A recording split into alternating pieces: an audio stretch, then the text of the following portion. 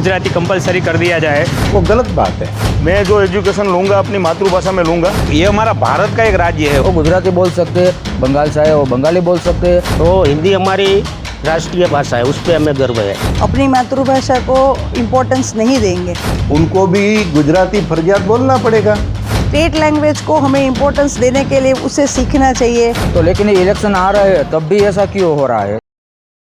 नमस्कार दोस्तों, आज हम एक ऐसे मुद्दे पर चर्चा करने वाले हैं जो गुजरात के हर कोने में चर्चा का विषय बन चुका है। मुद्दा ये है कि क्या गुजरात में गुजराती बोलनी चाहिए या कोई भी भाषाएं जो बोली जा रही है वो बोलने वाले के साथ हम एडजस्ट कर सकते हैं या नहीं। तो ये सवाल है। तो आइए पूछते हैं लोगों से, लोगों का क्या कहना है। ये सवाल महाराष्ट्र से उठा, जहां लोगों से मराठी बोलने को कहा जा रहा है, पर क्या गुजरात में भी अब ऐसी ही सोच बन रही है? आइए चलते हैं राजकोट की सड़कों पर और जानते हैं लोगों का असली रिएक्शन। देखो, ये भारत देश है, यहाँ भिन्न भिन्न प्रकार के लोग रहते हैं और ये हर राज्य की एक अलग भाषा है।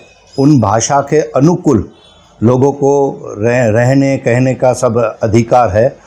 और ये तो हम नहीं बोल सकते कि नहीं, आपको महाराष्ट्र में रहते हो तो महाराष्ट्रन की भाषा चलानी पड़ेगी, गुजरात में रहते हो तो गुजराती की भाषा चलानी पड़ेगी। महाराष्ट्र में आप देखो तो हमारे कितनी गुजराती भाइयों वहाँ धंधा रोजगार लेके बैठे हैं, लेकिन उसके ऊपर आप थोप के बैठोगे कि नहीं आप महाराष्ट्र में रहते हो तो आपको महाराष्ट्र में बात करनी पड़ेगी, वो गलत बात है। अगर वो महाराष्ट्र में उसके ऊपर ज़बरदस्ती करेंगे, दमन करेंगे, तो वही उनको तकलीफ, उनके महाराष्ट्रियन जितने यहाँ गणपति के पंडाल लगाते हैं सौराष्ट्र गुजरात में, उनको भी गुजराती फर्जियात बोलना पड़ेगा। क्योंकि आप ये भाषाओं का जो समीकरण हुए उसको घुमा रहे हो, तो हर राज्य में वैसा ही माहौल बनने वाला है। इसमें सरकार को गंभीरता से सोचना पड़ेगा। नहीं, मेरा मानना ये है कि गवर्नमेंट जॉब की में गुजराती कंपलसरी कर दिया जाए तो नॉन गुजराती है उनको थोड़ा दिक्कत होगा। तो ये मेरे हिसाब से ये सही नहीं है। नॉन गुजराती है तो उसको ये लैंग्वेज का इश्यू आएगा तो उसको एग्ज़ाम में क्वालिफाई होना बहुत मुश्किल होगा। तो ये डिफ़िकल्ट है उनके लिए, तो ये होना नहीं चाहिए। ऐसा कोई पाबंदी तो नहीं है। अगर मान लीजिए कि कोई गुजरात से बाहर यहाँ बिजनेस करने के लिए आया, कोई काम करने के लिए आया, तो अगर गुजराती ही कंपलसरी रखोगे तब तो वो वाद विवाद बढ़ेगा ना, क्योंकि उन लोगों को गुजराती आती नहीं है। हम मानते हैं कि गुजरात में जो गुजराती है उसके लिए गुजराती होनी चाहिए, वो हमारी यहाँ की मातृभाषा है। लेकिन मान लीजिए कि कोई महाराष्ट्रियन आया है, उसको तो गुजराती आती नहीं है, और ये गुजरात है, ये हमारा भारत का एक राज्य है और हर भारतीय हमारे भाई बहन है। तो भाषा एक माध्यम है, भाषा से ही सब कुछ नहीं है। तो मेरे हिसाब से गुजरात में वो मराठी भी बोल सकता है, वो बंगाली भी बोल सकता है, जो वहाँ से आया है, उसको तो गुजराती कहाँ से आएगी। तो ऐसा कुछ होना नहीं चाहिए, क्योंकि ये गुजरात एक थाली की तरह जिसमें सब कोई खा सकता है। ये भारत का ही एक राज्य है, तो हर भारतीय अपने ही है। तो ये भाषा का विवाद जो होना नहीं चाहिए मेरे हिसाब से। मेरा पर्सनल ऐसा मानना है कि जो हमारे राष्ट्रपिता है महात्मा गांधी जी, उन्होंने एक बात कही थी कि जो बच्चों को एजुकेशन हमको देना है वो मातृभाषा में देना है। उसने उसकी विद्यापीठ में भी ये बात कही थी कि मैं जो एजुकेशन लूँगा अपनी मातृभाषा में लूँगा। और अभी जो ट्रेंड निकला है इंग्लिश और हिंदी का, तो मैं बच्चों के पेरेंट्स से एक बात कहना चाहूँगा कि अपने बच्चों को कंपटीशन के लिए इंग्लिश मीडियम या हिंदी मीडियम में मत आप उसकी पढ़ाई लिखाई कीजिए, क्योंकि उससे क्या होता है कि अपनी मातृभाषा पे असर पड़ता है और बच्चा अपनी लैंग्वेज में समझ नहीं पाता है। इसलिए गुजराती भाषा कहीं ना कहीं दिन ब दिन उसकी हालत बदतर होती जा रही है। महाराष्ट्र में जो अभी चल रहा है, जो भाषा का विवाद चल रहा है, उसके ऊपर मैं ये बात कहना चाहता हूँ कि ये पूरा वोट पॉलिटिक्स चल रहा है। अभी जो दोनों भाई अभी इकट्ठे हुए हैं 20 साल के बाद, तो ये शिवसेना के बीजेपी से अलग होने के बाद ये हुआ है। तो अभी उद्धव ठाकरे गुट वाली शिवसेना और मनसे वाले राज ठाकरे साहब दोनों एक साथ में हुए।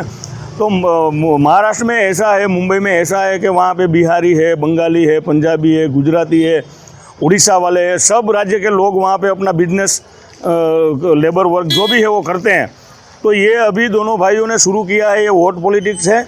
आगे आने वाले जो चुनाव है वहाँ पे महानगर पालिका के, वो वोट को अपनी जेब में डालने के लिए ये वोट पॉलिटिक्स कर रहे हैं दोनों। बहुत सारे लोग बाहर से आते हैं, कोई कर्नाटक से आते हैं, कोई उड़ीसा से आते हैं, कोई यूपी से आते हैं।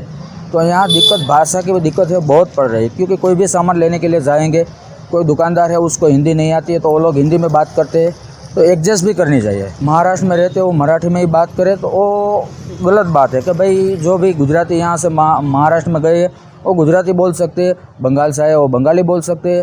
तो वो सब लोग है तो उसको मारने के लिए वो जो बोल रहे हैं कि ये भाई मारा गया है। तो लेकिन ये इलेक्शन आ रहे हैं तब भी ऐसा क्यों हो रहा है? इलेक्शन के बाद कुछ नहीं होगा ना, अभी इलेक्शन के टाइम ही होगा ये सब कुछ। जैसे भाषा से कल्चर बचा रहता है, तो हिंदी हमारी राष्ट्रीय भाषा है, उस पर हमें गर्व है। लेकिन गुजराती हमारी मातृभाषा है।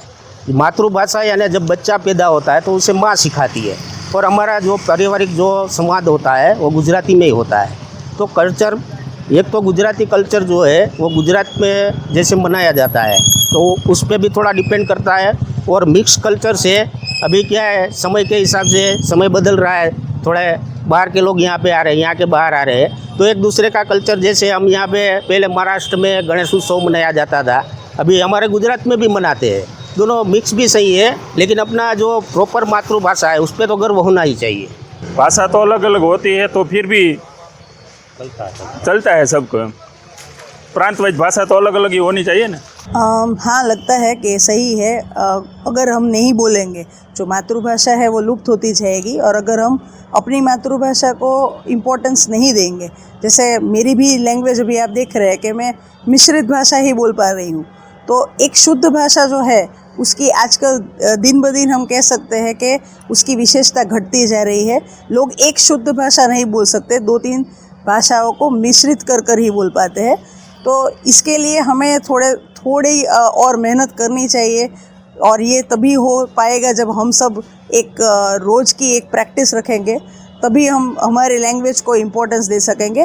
खास करके जब हम कोई स्टेट में पर्टिकुलरली अगर हम स्टेट लैंग्वेज बोलते हैं तो उस स्टेट लैंग्वेज को हमें इम्पोर्टेंस देने के लिए उसे सीखना चाहिए। उसके जो बहुत महान लेखक, कवि, उनके बारे में पढ़ना चाहिए, या उनकी जो भाषा में दिए गए सारे योगदान हैं उन्हें हमें याद करने चाहिए। तो इस तरह से हम भाषा को बचा सकते। ज़्यादातर स्कूल्स में भी ऐसी कंपल्शन आ गई है कि अगर आप से फॉर एग्जांपल इंग्लिश मीडियम में पढ़ते हैं तो वहाँ पर बोला जाएगा कि आप अपनी मातृभाषा नहीं बोल सकते, और वहाँ पर ज़्यादा से ज़्यादा यही एम्फसाइज़ किया जाता है कि आप इंग्लिश लैंग्वेज बोलिए या फिर अल्टरनेटिव लैंग्वेज में आप हिंदी को बोलिए। लेकिन मातृभाषा तब वहीं बोली जाती है जहाँ केवल मातृभाषा शिक्षण दिया जा रहा हो।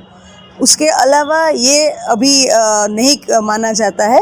तो हाँ, उसकी वजह से कहीं ना कहीं बच्चे मातृभाषा भूलते जा रहे हैं। और जैसे मैंने पहले भी कहा कि मिश्रित लैंग्वेज का यूज़ होता है, मिश्रित भाषा, उसमें इंग्लिश, हिंदी, गुजराती सब कुछ मिक्स करके बोला जाता है।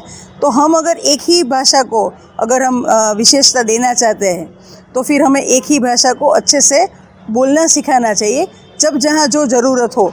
जैसे अगर आप गुजराती कम्युनिटी के साथ है तब आपको गुजराती बोलनी है, और वो भी शुद्ध तरीके से बोलनी है, उसमें कुछ मिश्रित करके नहीं बोलना है। तो उस तरह से हम हमारे जो भाषा है उसका जो इम्पोर्टेंस है उसको हम बचा कर रख सकते हैं। जैसा कि आपने सुना, कुछ लोग गुजराती को गुजरात की शान मानते हैं तो कुछ लोग डाइवर्सिटी में यूनिटी को इम्पोर्टेंस देते हैं। आपका क्या कहना है? क्या गुजरात में सिर्फ गुजराती ही बोली जानी चाहिए? कमेंट करके ज़रूर बताइए, और ऐसे ही अनफिल्टर्ड आवाज़ सुनने के लिए जुड़े रहिए न्यूज़ अनेक के साथ। जय हिंद, जय भारत।